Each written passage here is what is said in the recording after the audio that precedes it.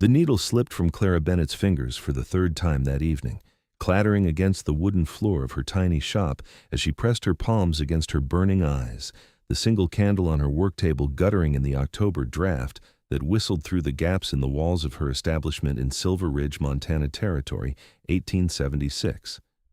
She was 22 years old and going blind by inches, or so it felt on nights like this when Mrs. Henderson's wedding dress lay spread across her lap like an accusation, each tiny stitch a battle against the dim light that barely reached the fine ivory fabric. Clara had moved to Silver Ridge 8 months ago after her father died of fever back in St. Louis, leaving her with nothing but debts and a talent for sewing that had kept her alive through sheer determination. The mining town perched in the mountains had promised opportunity, and she had found it in the form of lonely miners who needed their shirts mended and occasional women who wanted dresses that reminded them of civilization. But the candles were expensive, and Clara rationed them like gold dust, allowing herself only one per evening, no matter how much work remained. Her eyes ached constantly now, a dull throb behind her temples that sometimes flared into sharp pain when she squinted too long at her stitching. She had considered buying a proper lamp, one of those oil lamps she had seen in the general store window, but the cost was prohibitive. Every cent went toward rent for the shop, fabric for her work, and the meager food that kept her upright. The door to her shop banged open without warning, and Clara jolted upright, the wedding dress sliding dangerously toward the floor before she caught it. A gust of cold mountain air swept through the room, making her candle flame dance frantically. "Shop is closed," she said automatically, not looking up as she carefully folded the dress and set it aside. Her heart hammered in her chest. Silver Ridge was not a gentle town after dark, and a woman alone was vulnerable in ways that made her keep the door locked after sunset. She must have forgotten tonight, too absorbed in her work. "I can see that," came a deep voice, roughened by weather and disuse, the kind of voice that seemed to rumble up from a chest the size of a barrel. "But I saw your light, and I figured anyone working this late might need something." Clara looked up then, and her breath caught in her throat. The man filling her doorway was enormous, easily 6 feet 4 inches of solid muscle that strained against a buckskin shirt dark with wear and weather. His shoulders were so broad they nearly touched both sides of the doorframe, and his arms looked like they could snap a man in half without effort. Dark hair fell past his shoulders, tangled and wild, framing a face that was all hard planes and sharp angles, weathered by sun and wind until his skin had taken on the color of tanned leather. A thick beard covered his jaw, but his eyes were what caught her attention, pale blue like mountain ice, studying her with an intensity that made her want to look away. He held something in his hands, she noticed finally. A lamp, a proper oil lamp with a glass chimney and a brass base that gleamed even in her poor light. "I don't need charity," Clara said, lifting her chin despite the way her pulse raced. She had learned quickly in Silver Ridge that accepting gifts from men came with expectations she was not willing to meet. The corner of his mouth twitched, not quite a smile. "Not charity, business proposition." He stepped fully into the shop and closed the door behind him, and Clara tensed, her hand sliding toward the scissors on her work table. He noticed the movement and stopped, holding up one massive hand. "I am not here to hurt you. I need a seamstress, and you are squinting so hard at that cloth I figured you would be blind before you finished whatever that is." "I manage fine," Clara said, but her voice lacked conviction. Her eyes were watering from the strain, and she knew he could see it. "You are ruining your eyes," he said bluntly, setting the lamp down on the table beside her guttering candle. Up close, he smelled of pine smoke and leather and something wild like the mountains themselves had marked him. "I have 4 shirts that need mending, 2 pairs of trousers with holes in them, and a coat that is missing half its buttons. I will pay you fair price for the work, and I will pay you to keep that lamp." Clara stared at the lamp, then at him, suspicion warring with desperate need. "Why would you do that?" He shrugged those massive shoulders, the movement making the fringe on his buckskin shirt sway. "Because I watched you through that window for 5 minutes while you jabbed yourself with that needle twice and dropped it once, and I figured you would bleed all over someone's dress soon enough. Bad for business." Despite herself, Clara felt a smile tug at her lips. "You watched me through my window for 5 minutes? That is not unsettling at all." Another almost smile. "I was trying to decide if you would shoot me for coming in after dark. You look like you might have a derringer hidden somewhere. I do, Clara lied, because it seemed safer than admitting she had only the scissors. Good, he said, and this time he did smile, just a slight curve of his lips beneath that wild beard. A woman alone should have protection. Will you take the work or not? Clara hesitated for one more heartbeat, then nodded. I will take the work, but I'm paying you for the lamp. No. Then I cannot accept it. They stared at each other across the small space of her shop, wills clashing in silence. Finally, he sighed, a sound like wind through a canyon. Fine. You can work off the cost of the lamp with your sewing. I will bring you enough work to cover it. It was a compromise Clara could accept, even though she suspected he was being more than generous. What is your name? Isaiah Grant, he said. I have a cabin about 5 miles up the mountain. I come into town once a month for supplies. Clara Bennett, she replied, extending her hand without thinking. His hand engulfed hers completely, calloused and warm and surprisingly gentle for someone so large. The touch sent an unexpected jolt through her, and she pulled back quickly. When do you need the mending done? No rush, Isaiah said. I will bring the clothes by tomorrow. You just use that lamp tonight and stop murdering your eyesight. He turned to leave, moving with surprising grace for someone his size, but paused at the door. Lock this behind me and get that derringer loaded. Then he was gone, disappearing into the darkness of Silver Ridge's main street, leaving Clara alone with her guttering candle and the beautiful brass lamp that sat on her work table like a promise. She stared at the door for a long moment, then carefully locked it.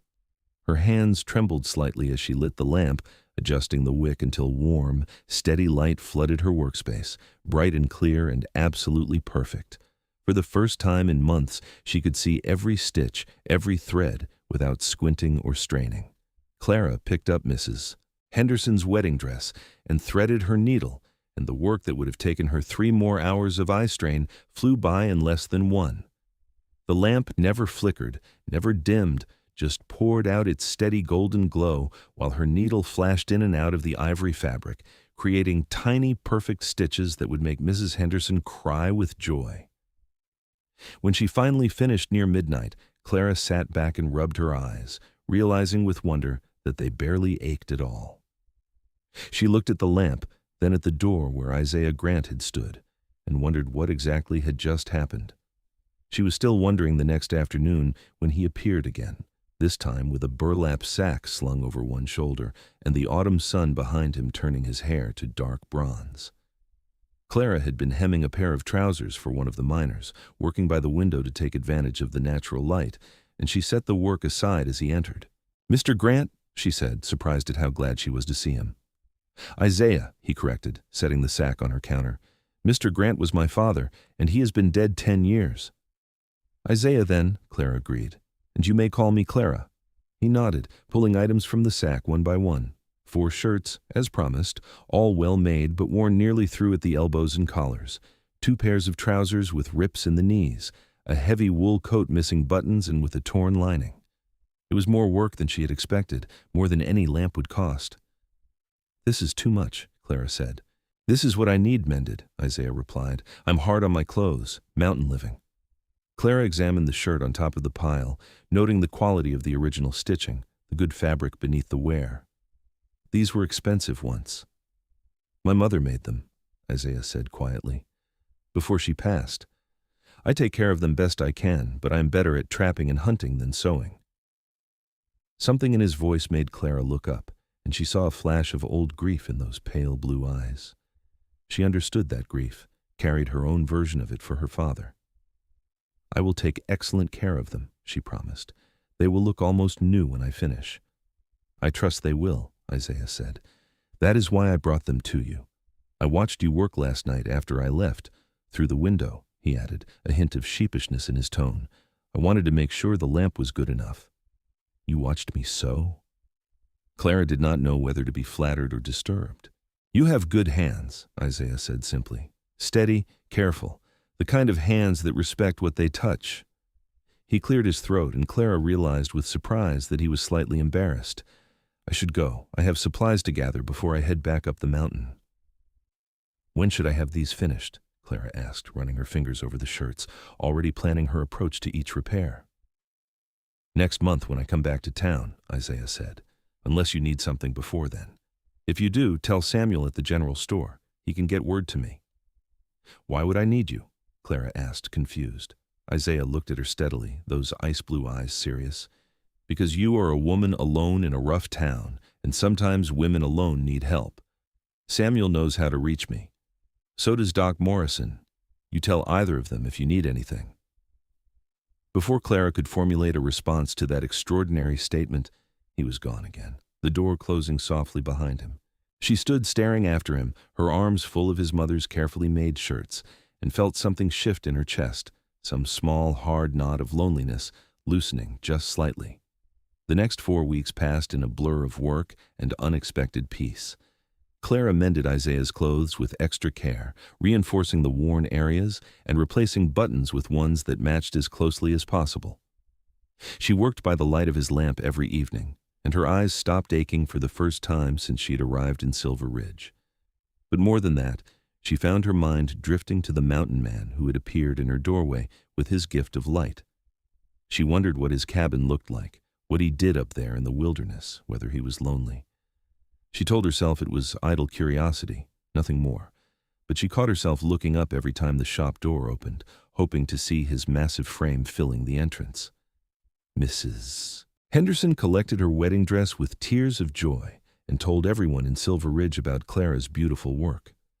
More customers came, enough that Clara began to think she might actually build a real life here. She bought extra oil for the lamp and some better fabric, allowed herself a few luxuries like fresh eggs and a new shawl for the coming winter. The town of Silver Ridge spread along a single main street with a handful of side paths leading to houses and claims. The saloons did steady business every night, and Clara heard the shouts and occasional gunshots that marked the rougher side of mining life. But she kept to herself, did her work, and earned a reputation for quality and discretion. One evening in early November, as the first snow began to fall on the mountains visible through her window, the shop door opened and Isaiah Grant walked in, his hair damp with snowmelt and his buckskins darker with moisture. He looked bigger somehow, or maybe Clara had just forgotten the sheer size of him over the past month. "Isaiah," she said, setting aside the apron she had been embroidering, "your clothes are ready."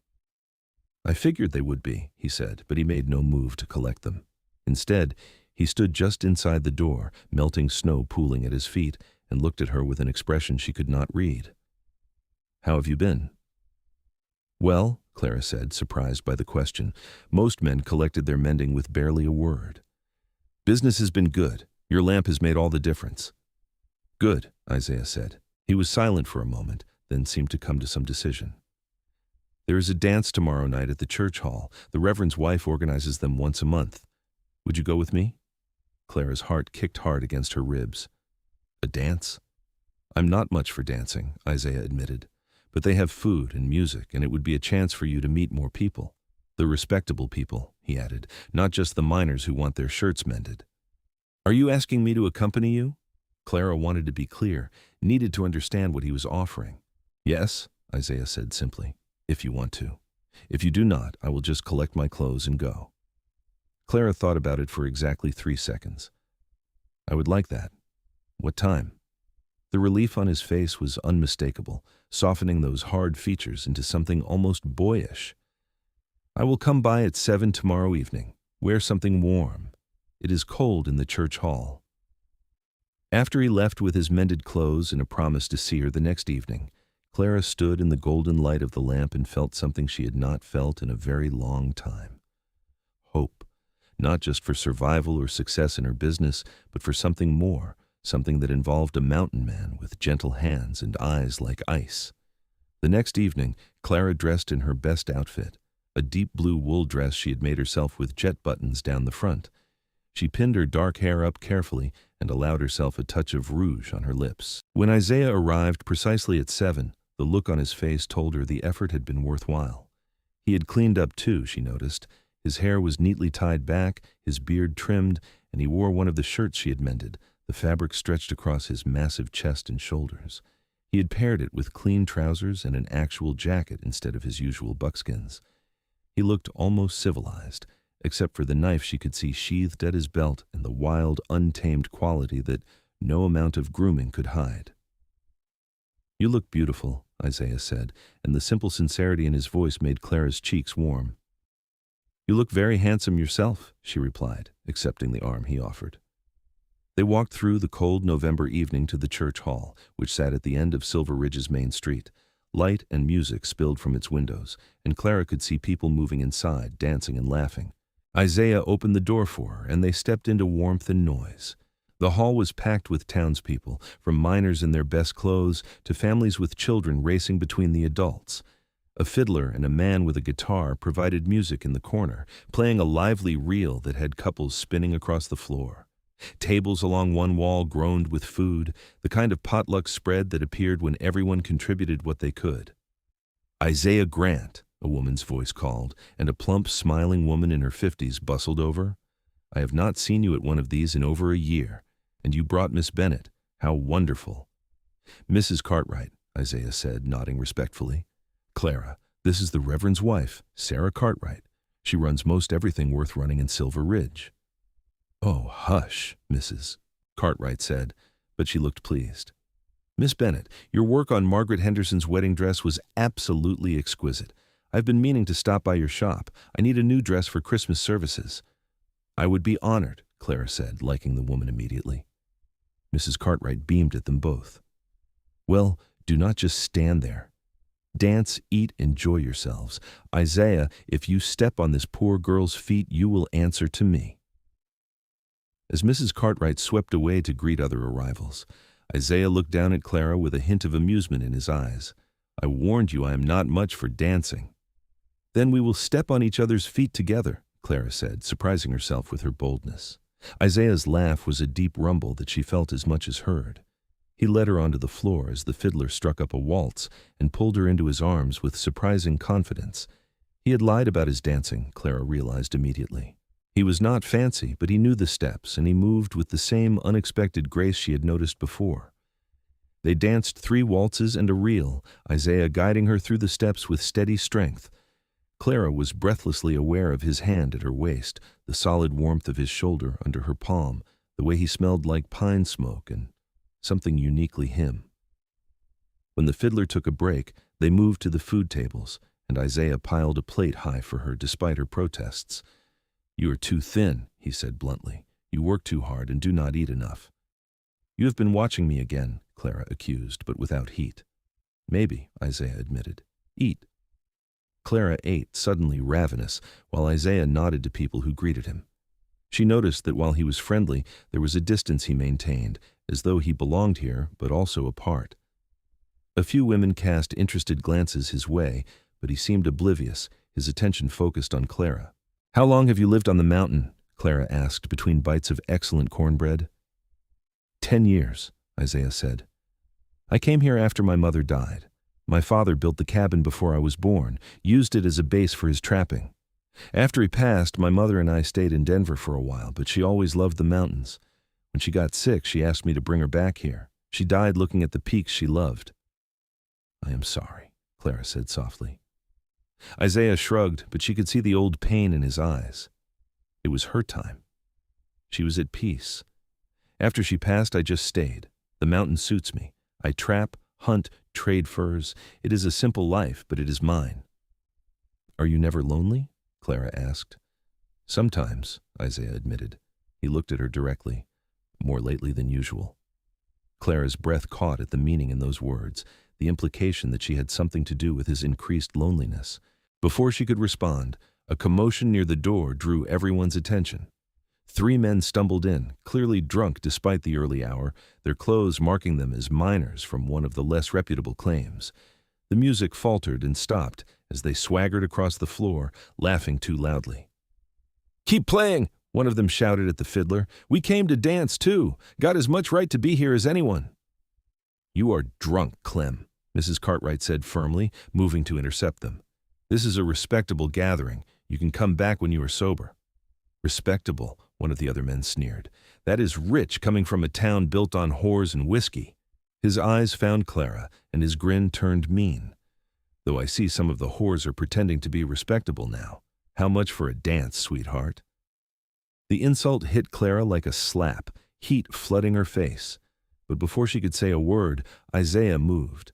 He crossed the distance between them in 3 strides, moving with shocking speed for someone his size. He caught the man who had spoken by the front of his shirt and lifted him clear off the floor with one hand, bringing them nose to nose. "Apologize," Isaiah said quietly, his voice deadly calm. The drunk man's face went from red to white. "I did not mean nothing." "Apologize to Miss Bennett," Isaiah repeated, his voice dropping even lower. "Now." "I'm sorry, Miss Bennett," the man stammered, his feet dangling inches off the floor. "I did not mean any disrespect." Isaiah held him for one more moment, then set him down with a slight shove that sent him stumbling backward. "Leave, all 3 of you. Do not come back tonight." The drunk men fled, tripping over themselves in their haste to reach the door. Silence filled the hall for a heartbeat, then the fiddler struck up a lively tune, and conversation resumed, though Clara caught several appreciative glances directed at Isaiah. He returned to her side, his expression unreadable. "Are you all right?" "You did not have to do that," Clara said, though she was deeply grateful he had. "Yes, I did," Isaiah said simply. "No one talks to you that way, not while I'm here." The fierce protectiveness in his voice sent warmth flooding through Clara's chest. She reached out without thinking and touched his arm, feeling the tension in his muscles. "Thank you." Isaiah's expression softened. "Do you want to stay, or should I take you home?" Clara looked around the hall, at the friendly faces in the warm light, at the life she was building here. "I want to stay, but maybe we could take a walk first. I need some air." They stepped out into the cold November night, and Isaiah immediately shrugged out of his jacket and draped it around Clara's shoulders. It was enormous on her, hanging past her knees, but it was warm and smelled like him. "Your cabin," Clara said as they walked slowly down the empty main street. "What is it like?" "Small," Isaiah said. 2 rooms. My father built it solid, though. Good stone fireplace, thick walls, roof that does not leak.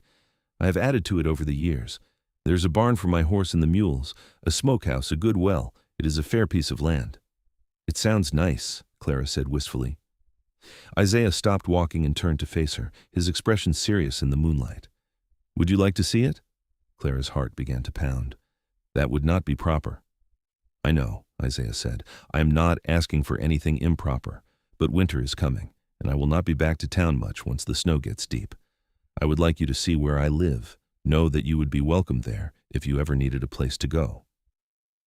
"Why?" Clara asked, though she thought she knew, hoped she knew. Isaiah reached out and gently touched her cheek, his calloused fingers surprisingly soft against her skin. "Because in the month since I walked into your shop and saw you squinting at your sewing by that pitiful candle, I have not been able to stop thinking about you. Because I wake up in my cabin and wish you were there to see the sunrise over the peaks. Because I'm falling in love with you, Clara Bennett, and I want you to know that I have something to offer you beyond a lamp and some mending." Clara's breath left her in a rush. "Isaiah." "You do not have to say anything now," Isaiah interrupted gently. "I know it is fast. I know I am just a mountain man, and you deserve better. But I wanted you to know. I wanted you to understand why I am asking you to see my home." Clara stared up at his face, at the raw honesty in his expression, and felt her own truth rising up to meet his. "I would like to see your cabin, Ma," she said softly. "And you are not just a mountain man to me." The smile that broke across Isaiah's face was like the sun coming up. "Tomorrow, I will bring a horse for you. It is too far to walk." "Tomorrow," Clara agreed, feeling reckless and alive and more hopeful than she had been in years. They returned to the dance, and Clara felt like she was floating through the rest of the evening. She danced with Isaiah until her feet ached, ate more food than she had in a week, and laughed at Mrs. Cartwright's stories about the town's history. When Isaiah finally walked her home near midnight, he stopped at the door of her shop and took both her hands in his. "I will be here at 10 in the morning," he said. "Wear warm clothes and boots good for riding." "I will be ready," Clara promised. Isaiah hesitated, then leaned down and pressed a kiss to her forehead, so gentle it made her ache. "Sleep well, Clara." She watched him walk away into the darkness, then let herself into her shop, and stood in the lamplight he had given her, touching the spot on her forehead where his lips had been. She was falling too, she realized, falling just as hard and fast as he was, toward something she had not even known she wanted. The next morning dawned clear and cold, with frost painting patterns on Clara's windows. She dressed in her warmest outfit, wool trousers she had made for herself under a heavy skirt, thick stockings, and sturdy boots. She pinned her hair back tightly and wrapped herself in her warmest shawl and Isaiah's jacket, which she had kept without quite meaning to. Isaiah arrived precisely at 10, leading 2 horses, a massive bay gelding that he rode and a smaller chestnut mare with a gentle eye. He lifted Clara into the saddle as easily as if she weighed nothing, his hands steady at her waist, and they set out from Silver Ridge, heading west toward the mountains. The ride took nearly 2 hours, following a narrow trail that climbed steadily through pine forests and across rushing streams. Isaiah rode ahead, occasionally looking back to check on Clara, and she was grateful for her experience riding back in St. Louis, even though it had been months since she had been on a horse. The higher they climbed, the more spectacular the views became. Mountains stretched in every direction, their peaks already white with snow, and the air was so clear that Clara felt like she could see forever. Eagles circled overhead, and once Isaiah pointed out a herd of elk moving through a distant meadow. "It is beautiful," Clara breathed, pulling her horse to a stop to take it all in. It is home," Isaiah said simply. "Come on, we are almost there." They rounded a bend, and Clara saw the cabin nestled in a clearing surrounded by towering pines. It was larger than she had expected, built of solid logs chinked with clay, with a stone chimney from which smoke rose lazily. A covered porch ran along the front, and she could see outbuildings behind it, all well-maintained and sturdy. Isaiah dismounted and lifted Clara down, his hands lingering at her waist for a moment. "Welcome," he said quietly. Clara walked toward the cabin as Isaiah led the horses away, taking in every detail. The porch had a bench and a chair, both handmade but comfortable looking. Firewood was stacked neatly under the overhang. The door was thick and solid, built to keep out weather and animals. Isaiah joined her and opened the door, gesturing for her to enter. Clara stepped inside and stopped, surprised. The interior was not what she had expected. It was clean and organized, with colorful woven rugs on the plank floor and curtains at the windows. A large stone fireplace dominated one wall, with a fire burning cheerfully in its depths. Handmade furniture filled the space, a table with 4 chairs, a rocking chair by the fire, shelves lined with books and supplies. Cooking implements hung from hooks near the fireplace, and she could see a doorway leading to what must be the bedroom. "Isaiah, this is lovely," Clara said, turning to face him. He looked relieved, as though her opinion mattered more than he wanted to admit. "My mother taught me to keep a good home. I've tried to maintain her standards. Would you like some coffee? I have a pot on." They sat by the fire drinking strong coffee from tin cups, and Isaiah told her about his life on the mountain. He trapped in winter, catching beaver and marten and fox to sell the furs in spring. He hunted for meat, fished the streams, tended a garden in summer that provided vegetables. He had a few chickens in a coop behind the cabin and occasionally traded with the few other mountain men who lived in the area. "It sounds like a good life," Clara said, meaning it, "but you are alone so much." "I am," Isaiah agreed. He set down his cup and turned to face her fully. "Clara, I want to be honest with you. I brought you here because I'm hoping you might consider sharing this life with me. I know it is fast, and I know you have your business in town, and I'm not asking you to give up anything. But I want you to see what I could offer you. A home, protection, a partner who would love you and care for you and never take you for granted." Clara's heart was racing so hard she felt dizzy. "Isaiah, we have known each other barely a month." "I know," Isaiah said. "And if you need more time, I will give it to you. I will come to town every week if I have to, court you proper and slow. But I'm 30 years old, Clara, and I've never felt about anyone the way I feel about you. When I saw you squinting at your sewing by that pathetic candle, something in me just knew. You were what had been missing from this cabin, from my life." Clara stood and walked to the window, looking out at the spectacular view of mountains and sky. She thought about her shop in Silver Ridge, the business she had built from nothing. She thought about the loneliness of her small room behind the shop, the endless cycle of work and sleep and work again. She thought about Isaiah's hands on her waist, his kiss on her forehead, the fierce protectiveness in his eyes when he had defended her honor. "I am scared," she admitted quietly. "I have only just begun to build something of my own. My shop, my independence. What would happen to that? Isaiah came to stand behind her, not touching, but close enough that she could feel his warmth. You could keep it if you wanted. I could build you a workshop here, bring you supplies from town, or you could sew for the trading posts, for the other mountain families. There are more people out here than you would think. Or you could just sew for yourself, for us. Whatever you wanted, Clara. I would never ask you to give up something that matters to you. Clara turned to face him, tipping her head back to meet his eyes. What if it does not work? What if I cannot adapt to this life, or you get tired of having someone underfoot? Then we figure it out together, Isaiah said simply.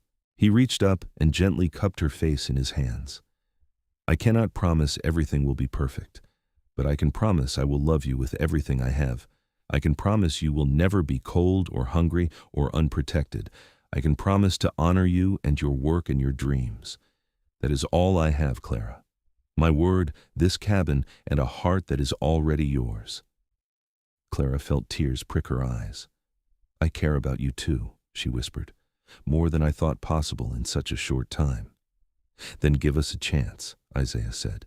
Marry me, Clara, be my wife. Build a life with me up here in these mountains.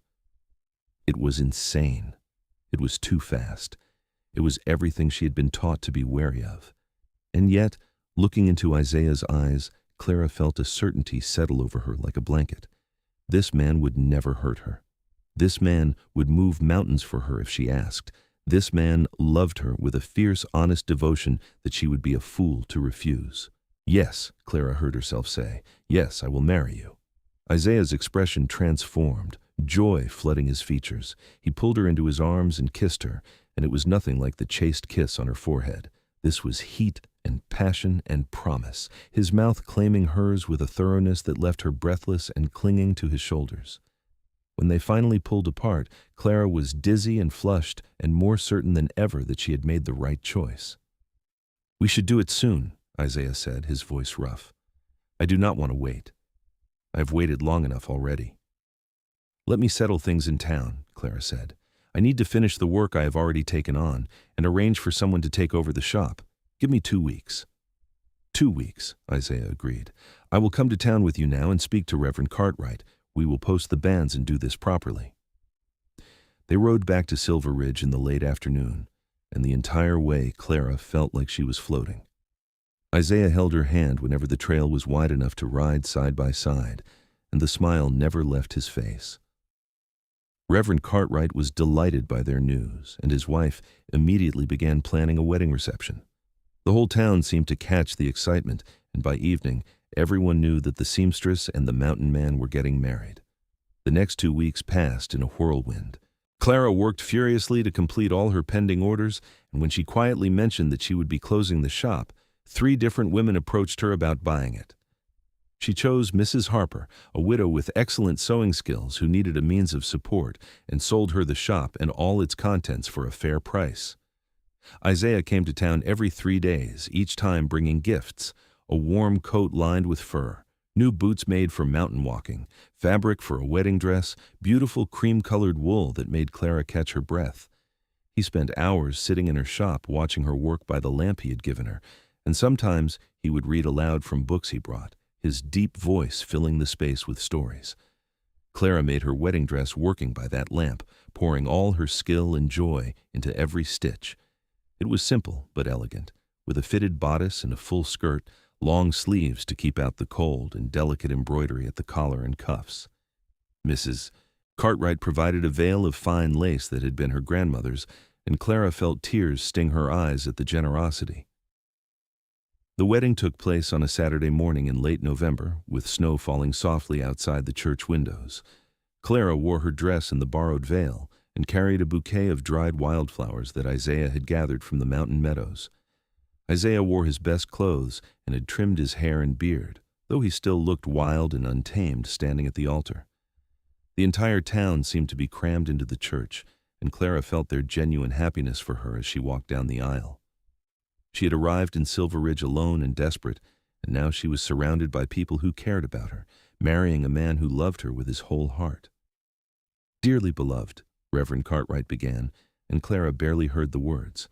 All her attention was on Isaiah, on the way he looked at her like she was the most precious thing in the world, on the way his hands trembled slightly as he took hers. They spoke their vows in voices that rang clear and true, promising to love and honor and cherish until death parted them. When Isaiah slipped a simple gold band onto Clara's finger, she felt the rightness of it settle into her bones. This was meant to be. This man, this life, this moment. "You may kiss your bride," Reverend Cartwright said with a smile. Isaiah gathered Clara into his arms and kissed her thoroughly, to the cheers and applause of everyone gathered. When they finally broke apart, both breathless and grinning, Clara felt like her heart might burst from sheer joy. The reception in the church hall was loud and raucous, with more food than Clara had ever seen in one place, and music that kept everyone dancing until late in the afternoon. Isaiah danced with her through song after song, and Clara marveled at how her life had changed in just 6 weeks.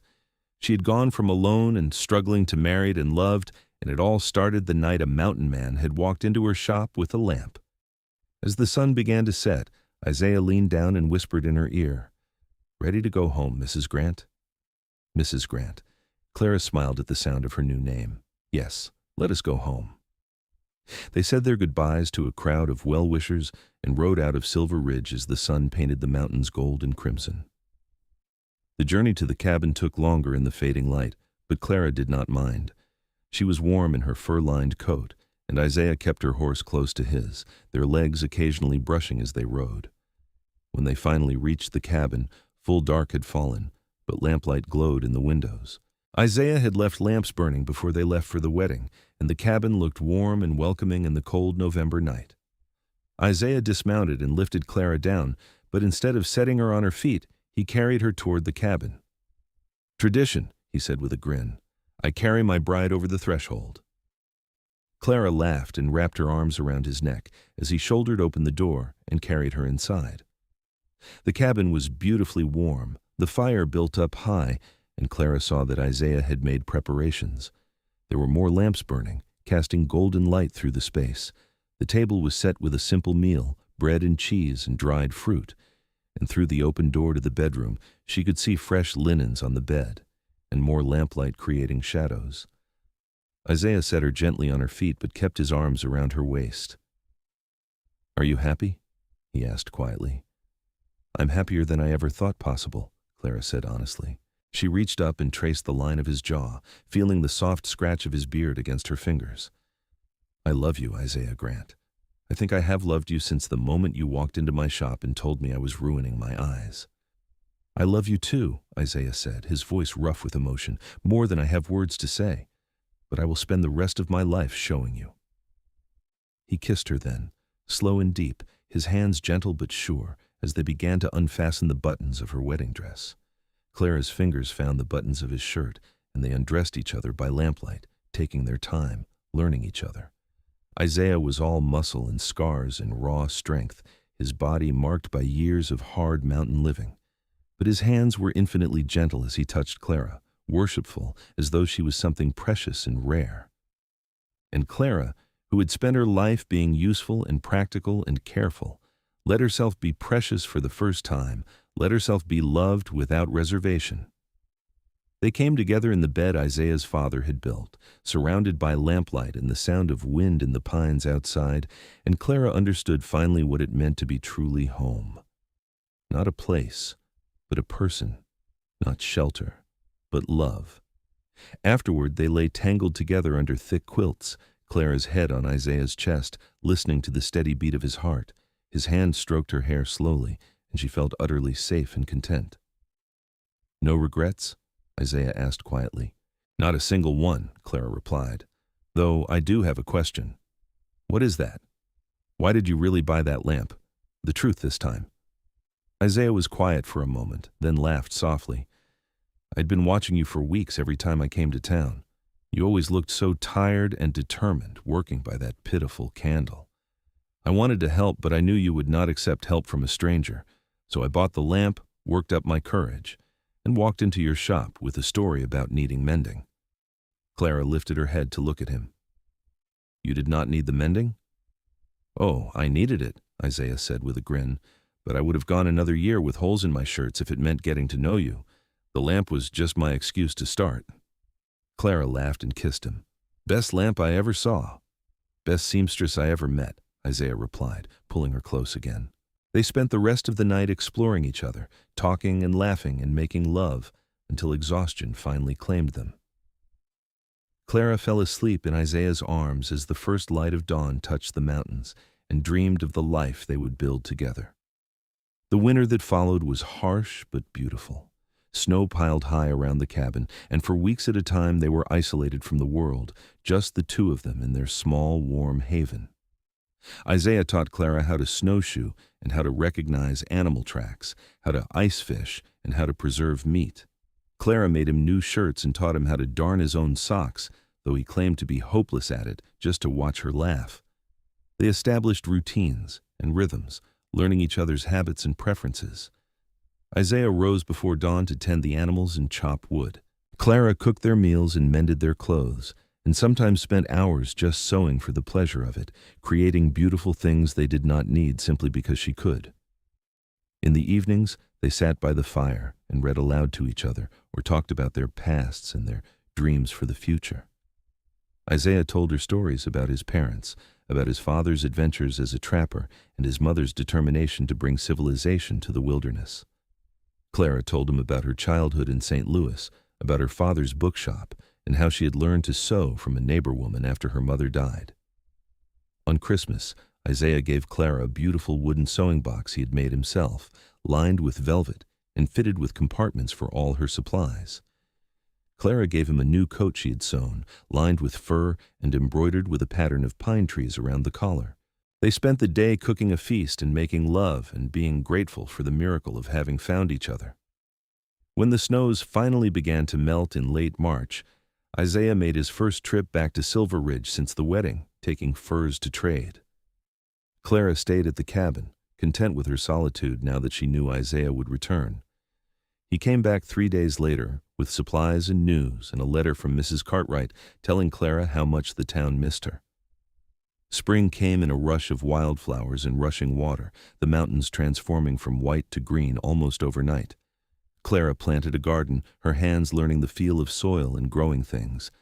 Isaiah hunted fresh meat and caught trout from the streams, and they ate like royalty after months of dried and salted provisions. One morning in early May, Clara woke feeling queasy and strange. She made it outside just in time to vomit behind the cabin, and when Isaiah found her a few minutes later, pale and shaking, his face went white with concern. "What is wrong? Are you sick? Should I ride for the doctor?" Clara wiped her mouth and looked up at him, realization dawning. "I do not think I am sick," she said slowly. "I think I might be pregnant."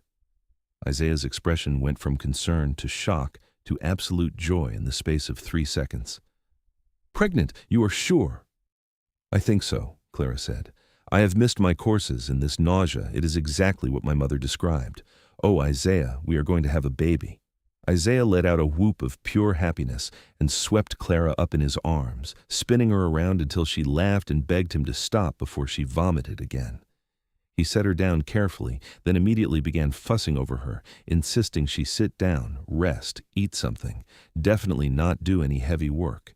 "Isaiah, I am pregnant, not dying," Clara said with exasperated affection. "Women have babies all the time and continue working right up until they are born." "Not my wife," Isaiah said firmly. "You will take it easy. I will do the heavy work." Clara started to argue, then saw the fear beneath his protective instincts. His mother had died young, and he had been helpless to prevent it. Now his wife was facing the dangers of childbirth, and he was trying to control the only things he could control. "I will be careful," Clara promised gently, "and when it is time we will go to town so Doc Morrison can attend me. But Isaiah, this is a happy thing. Try not to worry so much." Isaiah pulled her close, his hand protective on her still flat belly. "I cannot help it. You and this baby are everything to me. I will worry every second until I know you are both safe." "Then we will worry together," Clara said, "and trust that everything will be fine." The summer passed in a haze of preparation and anticipation. Clara's belly grew round and firm, and Isaiah built a cradle from pine, sanding it until the wood was smooth as silk. Clara sewed tiny clothes and blankets, her hands flying over the fabric with a joy she had never known. They talked endlessly about names and about what kind of parents they wanted to be. In early September, when Clara's time was near, Isaiah took her down to Silver Ridge and installed her in a room at Mrs. Cartwright's boarding house. He refused to leave her side, sleeping in a chair next to her bed and hovering over her like a nervous bear. The labor began on a cool September evening and lasted through the night. Isaiah held Clara's hand through every contraction, his face white but his grip steady, whispering encouragement and love even when she cursed him for getting her pregnant in the first place. Doc Morrison was calm and competent, and Mrs. Cartwright proved to be an excellent midwife, coaching Clara through the worst of it with firm kindness. As dawn broke over the mountains, Clara gave one final push, and their son entered the world with a furious cry. Doc Morrison placed the baby in Clara's arms, and she looked down through tears at the red squalling miracle they had created. A boy," she whispered, exhausted and exhilarated. "We have a son." Isaiah touched the baby's tiny hand with one finger, his expression awed. "He is perfect. You are perfect. Clara, I love you so much." They named him Thomas, after Clara's father, and he had Isaiah's blue eyes and Clara's dark hair. Isaiah held his son with infinite care, his huge hands cradling the tiny body, and Clara watched the mountain man she had married transform into a father before her eyes. They stayed in town for 2 weeks while Clara recovered, and the entire community came to meet baby Thomas. Mrs. Cartwright declared him the most handsome baby ever born in Silver Ridge, and even the gruff miners brought gifts, awkward but sincere in their congratulations. When they finally returned to the cabin, it was late September, and the aspens were turning gold. Clara had been away from the mountain for a month, and it felt like coming home in a way that even Silver Ridge never had.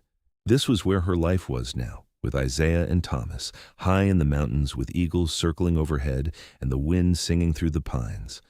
The first year of Thomas's life passed in a blur of sleepless nights and endless wonder. Isaiah proved to be a devoted father, walking the floor with a crying baby at 3 a.m, changing diapers without complaint, and staring at his son with an expression of such love that Clara often found tears in her eyes watching them together. Clara settled into motherhood with the same determination she had brought to her sewing, learning as she went, making mistakes and correcting them. She nursed Thomas by lamplight, the same lamp Isaiah had brought her that first night, and thought about how that single act of kindness had changed both their lives completely. When Thomas was 18 months old, Clara found herself pregnant again, and this time Isaiah was only slightly less nervous. Their daughter was born the following spring, arriving quickly on a warm May morning, with Doc Morrison barely making it up the mountain in time. They named her Sarah after Mrs. Cartwright, and she had Clara's brown eyes and Isaiah's sturdy build. The cabin that had once housed only Isaiah now rang with children's laughter and the chaos of family life. Isaiah added another room, expanding their home to accommodate their growing family. Clara sewed clothes and curtains and dolls, her hands never idle, and Isaiah taught Thomas to ride and fish and respect the mountain. The years flowed past like the streams that ran down the mountains, each season bringing its own joys and challenges. Thomas grew strong and serious, his father's son in temperament and build. Sarah was wild and bright, fearless in a way that terrified and delighted her parents equally. 2 more children followed, another boy and another girl, and the cabin bursting with life and love. Clara's sewing evolved from necessity to art. She began trading her work at the posts and settlements, her embroidery and fine stitching becoming sought after throughout the territory. She worked by the same lamp Isaiah had brought her years ago, now supplemented by others, but still her favorite, still the one she used when she wanted to create something special. Isaiah's trapping brought steady income, and he became known throughout the mountains as an honest trader and a man to be trusted. He made the trip to Silver Ridge less frequently as the children grew, but when he did, he always brought Clara back small gifts, little reminders that he still saw her, still thought of her. On their 10th wedding anniversary, Isaiah surprised Clara by having a proper portrait made when a traveling photographer passed through Silver Ridge. They posed together with their 4 children, Isaiah standing tall and protective behind Clara's chair, his hand on her shoulder, their children arrayed around them. The photographer captured them perfectly, a family forged in the wilderness, bound by love. "Do you ever regret it?" Isaiah asked her that night after the children were asleep, the two of them sitting on the porch watching the stars. "Giving up your shop, your independence?" Clara thought about it seriously, knowing he deserved an honest answer. "Sometimes I miss having my own business," she admitted. "But Isaiah, I did not give up my independence. I chose a different kind of life. I still sew, still create. I just do it here, with you, with our children. And I would not trade this for anything in the world." Isaiah pulled her close, and they sat in comfortable silence, listening to the night sounds of the mountain. An owl hooted somewhere in the pines. A fox barked in the distance. Inside, one of the children murmured in sleep. "I never thought I would have this," Isaiah said quietly. "A family, a wife I love, children to carry on after me. I thought I would live alone on this mountain until I died. Then you came into my life, squinting at your sewing by that pathetic candle, and everything changed." "Best lamp I ever saw," Clara said, the old joke comfortable between them. "Best seamstress I ever met," Isaiah replied, and kissed her under the stars. The years continued to pass, bringing changes and challenges, but also deep contentment. Thomas grew into a young man who looked more like his father every day, all broad shoulders and quiet strength. He helped Isaiah with the trapping and hunting, learning the mountain the way his father had learned it. Sarah became a skilled rider and an even better shot, independent and fierce. The younger children grew and thrived, filling the cabin with noise and energy. Clara's hair began to show threads of silver, and Isaiah's beard became more gray than brown. They wore the years well, their bodies still strong from the hard work of mountain living, their love deepening with time and shared experience. One evening when Clara was 45 and Isaiah 53, they sat on their porch watching the sunset paint the mountains pink and gold. Their children were all inside, the older ones helping the younger ones with lessons. The sounds of family life drifted through the open door behind them. "Do you remember the first time you saw this view?" Isaiah asked, his arm around Clara's shoulders.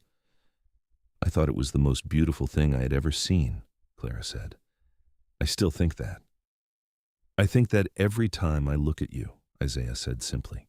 Clara turned to smile at him, this man who had brought her a lamp and changed her life. "You are going to make me cry, and I am too old for that kind of sentimentality." "You will never be too old," Isaiah said. "You will be beautiful when we are both ancient and gray." "We are already getting gray," Clara pointed out. "Then we will be beautiful together," Isaiah said, and kissed her the way he had been kissing her for more than 20 years, with love and passion and absolute certainty. Thomas married at 23, bringing home a strong, kind woman named Elizabeth, who fit into their family as though she had always been there. They built a cabin a mile down the mountain, close enough for help, but far enough for privacy. Sarah married a year later, a rancher's son from the valley below, and moved to his family's spread, though she visited often, unwilling to be far from the mountain she loved. Grandchildren began to arrive, and Clara found herself making tiny clothes again, her hands as skilled as ever, despite the stiffness that sometimes crept into her joints. Isaiah became a grandfather who let the children climb all over him and told them stories about the old days when the mountain was wilder and life was harder.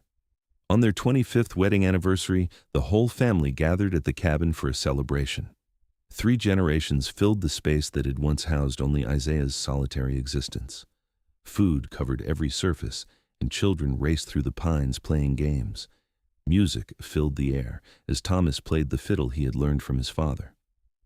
Clara stood on the porch, watching it all, overwhelmed with gratitude for the life she had built.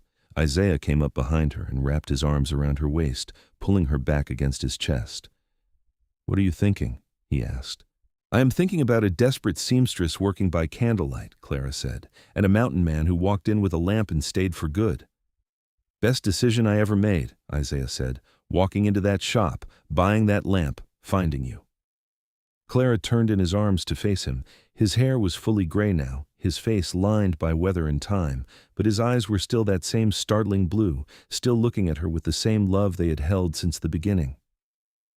Best lamp I ever saw, Clara whispered. Best seamstress I ever met, Isaiah replied.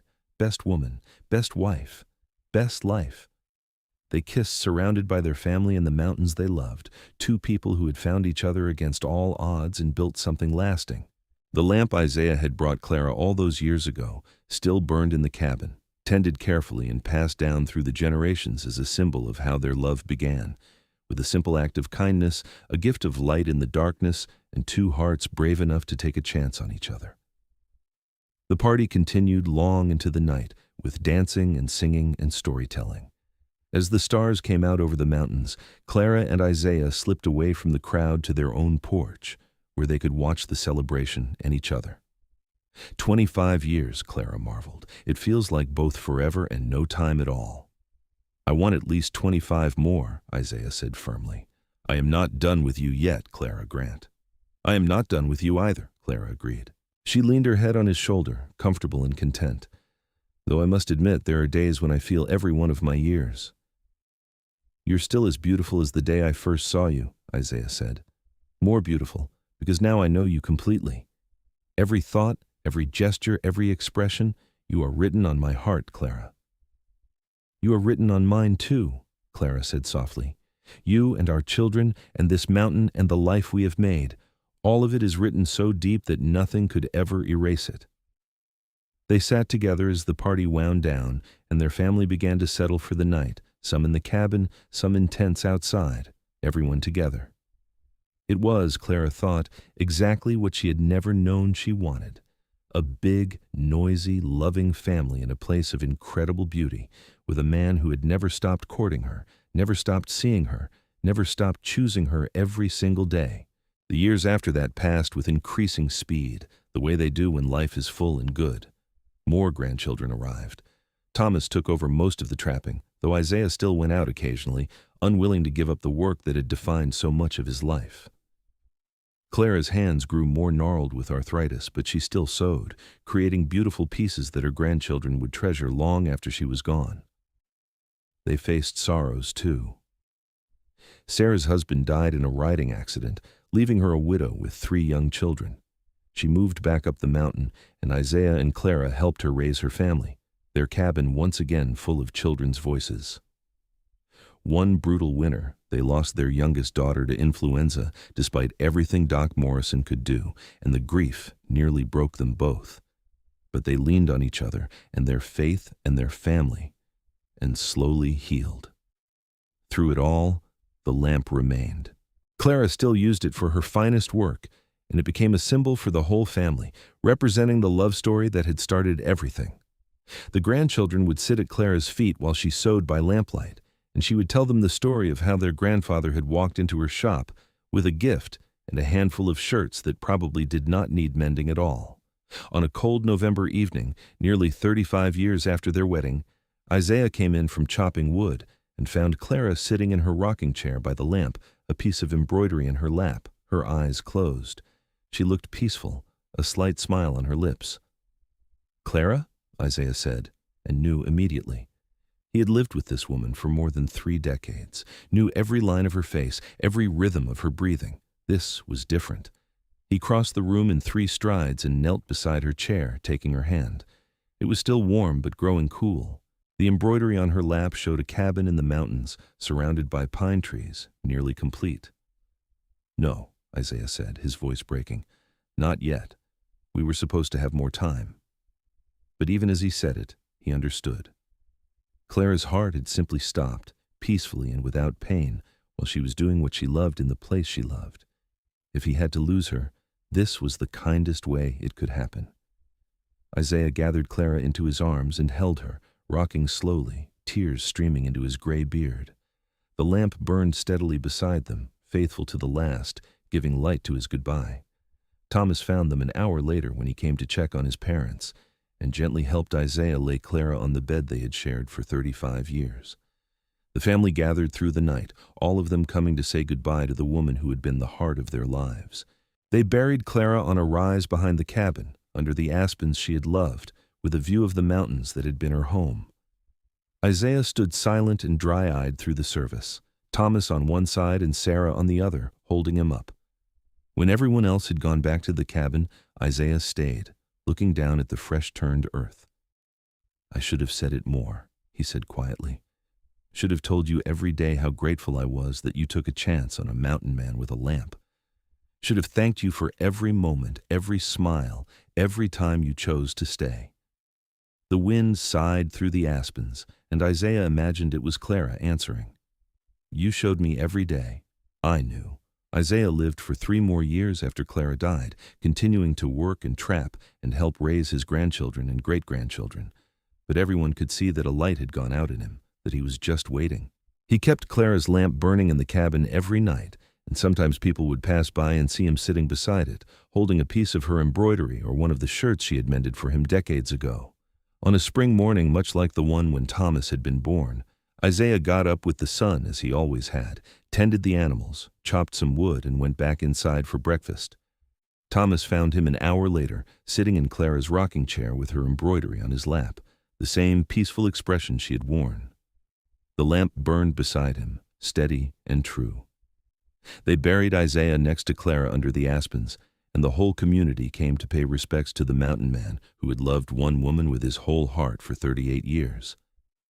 Thomas gave the eulogy, telling the story of how his parents had met, how a lamp and a handful of shirts had started the love affair that defined them all.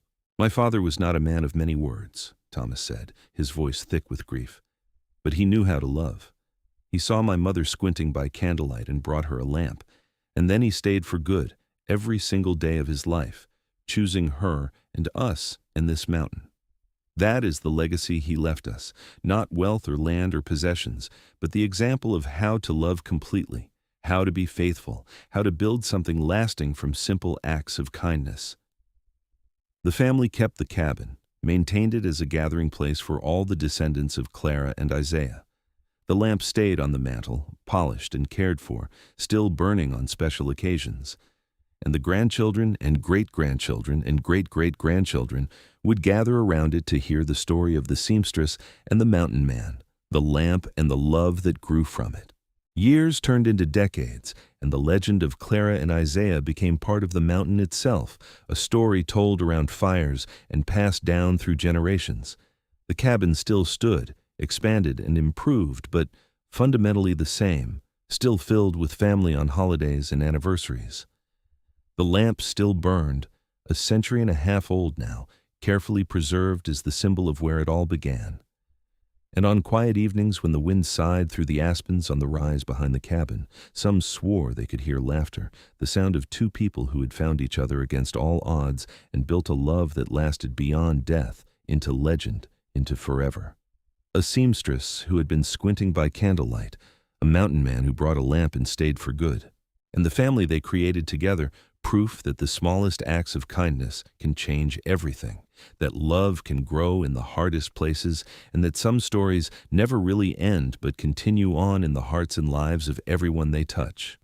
The lamp burned on, as it always had, as it always would, giving light in the darkness, just as Isaiah had once brought light to Clara all those years ago in a tiny shop in Silver Ridge, Montana territory, when the world was young and wild, and 2 lonely people found each other and chose to stay,